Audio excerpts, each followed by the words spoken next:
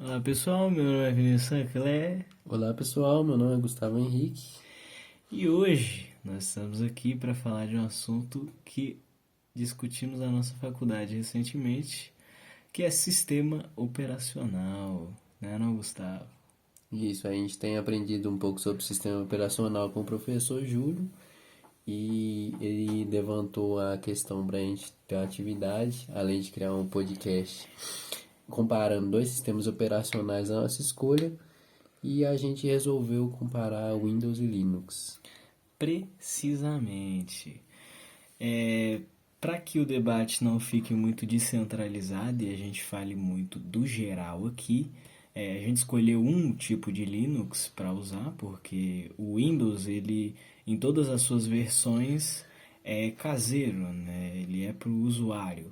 Ele normalmente é usado em empresas, sim, mas se a gente for falar do Linux, o Linux tem versões que são somente focadas em certos aspectos. Tem um que é só mais seguro, tem um que é focado somente em rapidez, etc. Devido a várias distribuições do Linux, torna muito mais difícil falar dele no geral do que do Windows no geral.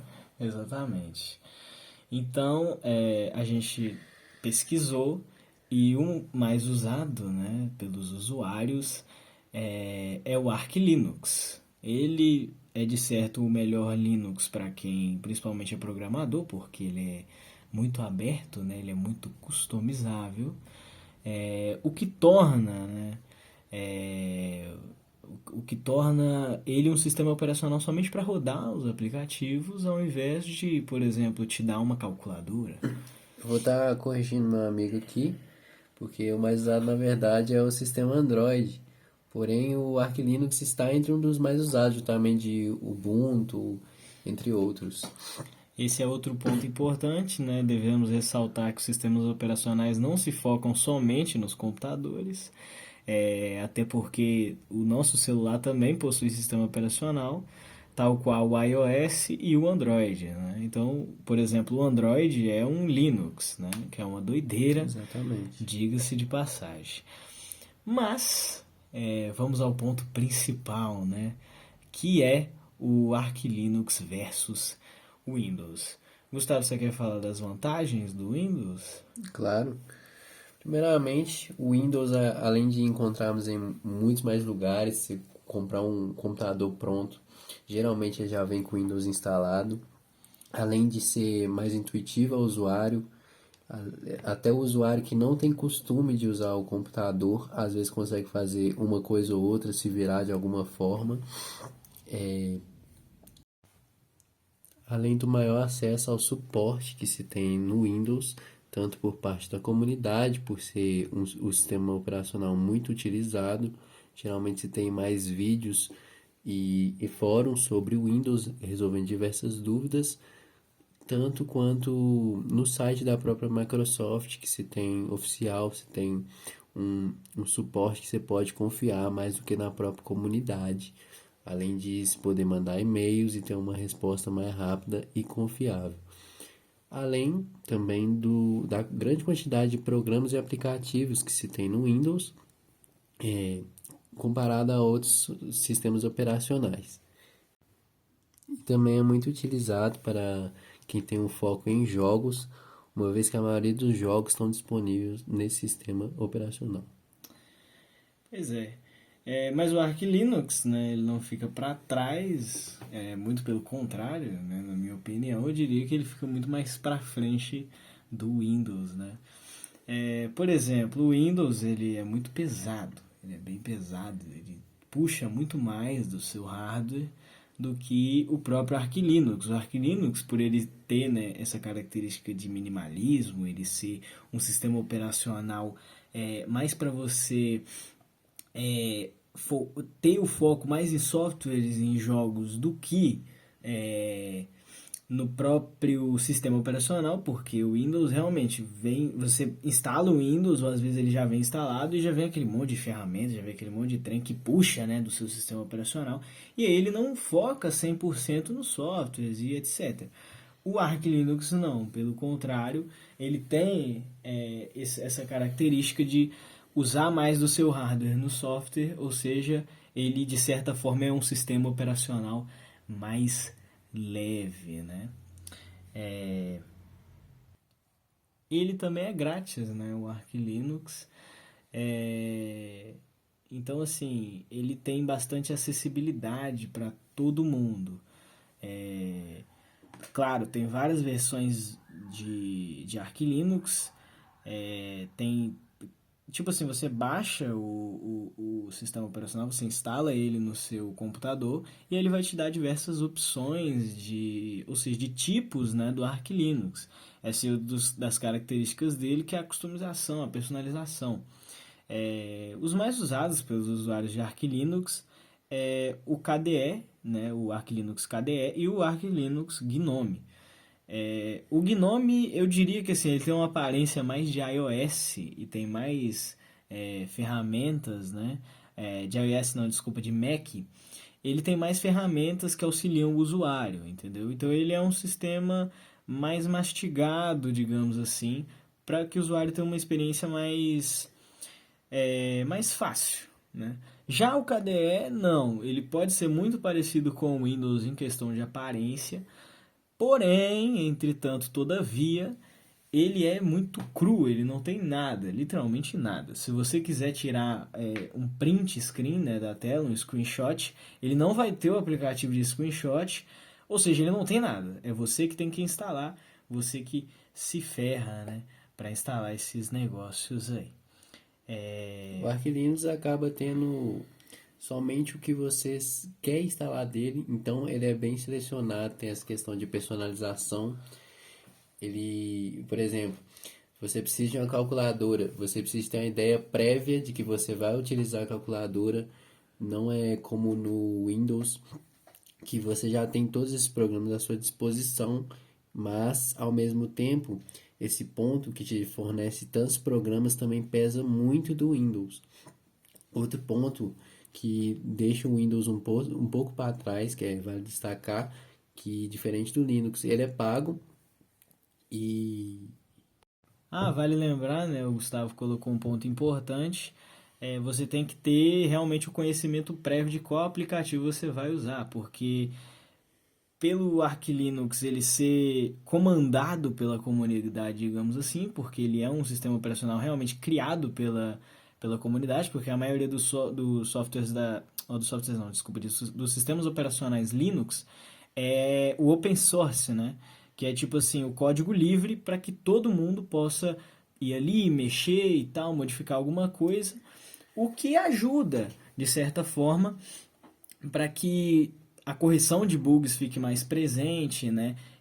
Tornando o sistema operacional melhor, né? E por que eu estou falando isso? Porque os sistemas, os softwares que são desenvolvidos, como o Gustavo falou anteriormente, são mais desenvolvidos para Windows do que para Linux. Então, tem alguns aplicativos que você encontra no Windows e não vai encontrar no Linux. E é aí que a comunidade entra nesse ponto. Ele tem um sistema chamado de AUR, que é Arch User Repository, que é assim em inglês. E basicamente é onde os usuários colocam ali seus aplicativos, suas versões dos aplicativos para substituir aplicativos já usados, né? Por exemplo, o Spotify, dentre muitos outros, né? Que tem uma variedade enorme de softwares que a gente pode falar aqui que são presentes no Windows, porém não são presentes no Windows. Voltando aí, presentes no Windows não, presente no Linux. E voltando nesse ponto aí da comunidade estar sempre presente, sempre atualizando, né, o Arch Linux, que a gente tem outra característica muito importante, uma vantagem muito grande do Arch Linux, que é as atualizações muito recorrentes dele. Ele sempre está em atualização.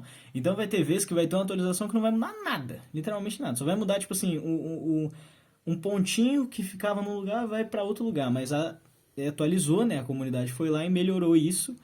E aí acaba que é um sistema chamado de Rolling Release, que ele está sempre em atualização, que é presente na maioria dos Linux, na verdade, entendeu? Por conta desse open source, esse código aberto, onde todo mundo pode mexer. esse é um ponto que vale destacar, principalmente comparando com o Windows, porque o Windows você tem que periodicamente atualizá-lo, e isso não é questão de atualizações do própria versão. Então, por exemplo, antigamente tínhamos o Windows XP, então depois de alguns anos ele parou de receber as atualizações. Primeiro ele foi recebendo menos atualizações e depois ele foi parando de receber. Tivemos o Windows 7, depois o Windows 8, Windows 10 e agora o Windows 11 até. Então ele vai se perdendo. Você tem a necessidade de atualizar para outra versão, senão você fica muito fadado ao tempo e você perde muitos recursos, diferente do Linux, que você está sempre atualizado ali, você tem sempre essa ideia de atualização, alinhado à questão de, por atualizar muito, às vezes acaba tendo um conflito, mas não é tão prejudicial quanto a questão do Linux do Linux, do Do Windows que Windows. te obriga praticamente a fazer essa atualização por você estar fadado à perca de recursos. Exatamente, né? O Windows, ele também, né? Ele atualiza quando ele quer, de certa forma, porque como ele é de uma empresa privada, né? Que é a Microsoft, então eles sempre lançam as atualizações quando eles querem, não tem uma data certa. Hoje a gente pode ter aí o Windows 11, né? Que é o mais recente que saiu agora, porém, até lançar o Windows 12, pode se passar aí 5, 10, 15, 20 anos, vai lá saber quando. Enquanto o Linux, ele está sempre atualizando, os hardware, ele sempre se adapta aos hardwares, então você pode estar ali com o seu PCzinho dos anos 2000 e ele vai rodar algum Linux, não interessa qual versão que seja. Você nunca vai perder em questão de atualização, porque sempre a comunidade está mudando, às vezes, aquela versão da atualização, ou às vezes está atualizando para que rode no seu PC. Então, assim, é uma coisa muito dinâmica, né? Você consegue ter essa dinamicidade quando se trata das atualizações. Vale ressaltar um exemplo que não é exatamente o Arch Linux, mas a gente consegue ver no nosso dia a dia dessa questão do Linux não exigir tanto de hardware, que em caixa de supermercado a gente usa muito Linux, por ser um sistema operacional mais leve que você consegue selecionar exatamente o que você quer. Na caixa de supermercado você não precisa de mais nada além do sistema de caixa, de escaneamento de código de barras e de cobrança. Então o Linux está muito dentro dessa área diferente do Windows. Pois é, né? E como eu disse antes, né, o Windows é pago, né? Aliás, ele é de uma empresa privada, então é lógico que ele é pago. O código dele não é liberado assim como o Linux, porque no Linux a gente tem essa coisa do freedom, né? De ser grátis para todo mundo pode usar. E o código dele, ele tem que ser distribuído gratuitamente, porque senão você quebra o contrato e aí você não pode distribuir o Linux, é muito simples. Ou seja, você não pode comercializar o Linux por causa de um projeto chamado Projeto GNU, que nesse projeto ele libera um código para você, que é quase que um sistema operacional mastigado mesmo para você começar o seu próprio sistema operacional. Porém, quando você pega esse sistema para você, você automaticamente está dentro de um contrato onde você não pode comercializar esse sistema que você criou de maneira alguma. Você pode mexer nele, você pode modificar, você pode mandar para quem você quiser. Você só não pode vender. Isso, o GNU foi idealizado pelo Richard Stallman e o Linus Torvalds, criador do Linux, se inspirou muito nas ideias dele, não só nessa questão dos contratos. O GNU, que é GNU is not Unix, Unix que é baseado em kernel, passou a ser atualizado e as ramificações dele, geralmente por empresas, passaram a ser pagas, né? Então, o Richard Stallman teve essa ideia de fugir, ainda assim manter a ideia do Unix, só que free, de graça, né? Diferente do que estava sendo. Porque no momento que ele teve essa ideia, a Microsoft tinha criado o Windows, né, junto com Bill Gates, então estava sendo o sistema mais utilizado. Então, se você queria usar um computador, basicamente era Windows, não tinha outra escapatória. É, exatamente. Então, o Richard, com outros desenvolvedores, né, ele foi atraindo os desenvolvedores por essa ideia de comunidades, de manter tudo gratuito. foi pensando como ele poderia fazer isso, porque o GNU poderia ser disponibilizado e outras pessoas iriam fazer ramificações dele, assim como o Unix e poderiam passar a comercializar. O que ele não queria, ele queria que toda parte do GNU espalhasse liberdade, né, que fosse gratuito para toda uma comunidade. Então, ele com sua equipe pensou na questão dos copylefts, que é o contrário de copyrights, que é exatamente É uma cartada na manga, de certa forma, né? Porque quando você tem o direito autoral de alguma coisa, ninguém pode copiar de qualquer forma. Ou seja, ele é seu, ele é sua propriedade, vamos dizer assim. Porém, né, ele teve isso. um jeito de burlar esses direitos Ele fez o autorais. contrário, ele fez com que todos tivessem que copiar esses direitos. Então ele criou termos e normas que qualquer distribuição do GNU teria que ser a mesma do inicial. Então, tornando assim possível que toda distribuição dele, qualquer ramificação, alteração, modificação, fosse gratuita de acesso à comunidade. Todo mundo poderia pegar outra modificação e modificar para si mesmo, para o uso pessoal, tanto para compartilhamento. Então, o Linus Torvalds, que pegou muito essa ideia, passou isso para o Linux e utilizou de forma que o Linux é basicamente inteiro formado pela comunidade. É a empresa que tem mais desenvolvedores no mundo. Uhum. É claro, assim, o Linux, ele não é focado somente na comunidade. Claro que a base dele é a comunidade, porém, a gente tem aí outras empresas privadas que fazem Linux somente para empresas, né? A própria Fedora é uma das empresas que criou um sistema operacional. Ou seja, ele nem sempre é focado numa comunidade, mas ainda assim ele segue os mesmos padrões de todos os Linux. Está recebendo atualizações constantes, é, é também leve, entendeu? Então, assim, todos eles seguem o mesmo padrão, que nem o Gustavo falou. Todos eles seguem o que. Essa ideia do GNU, né? Sempre ter o mesmo código, basicamente, sempre ter como é que é? A mesma familiaridade, né? Todos eles têm a mesma base de Linux.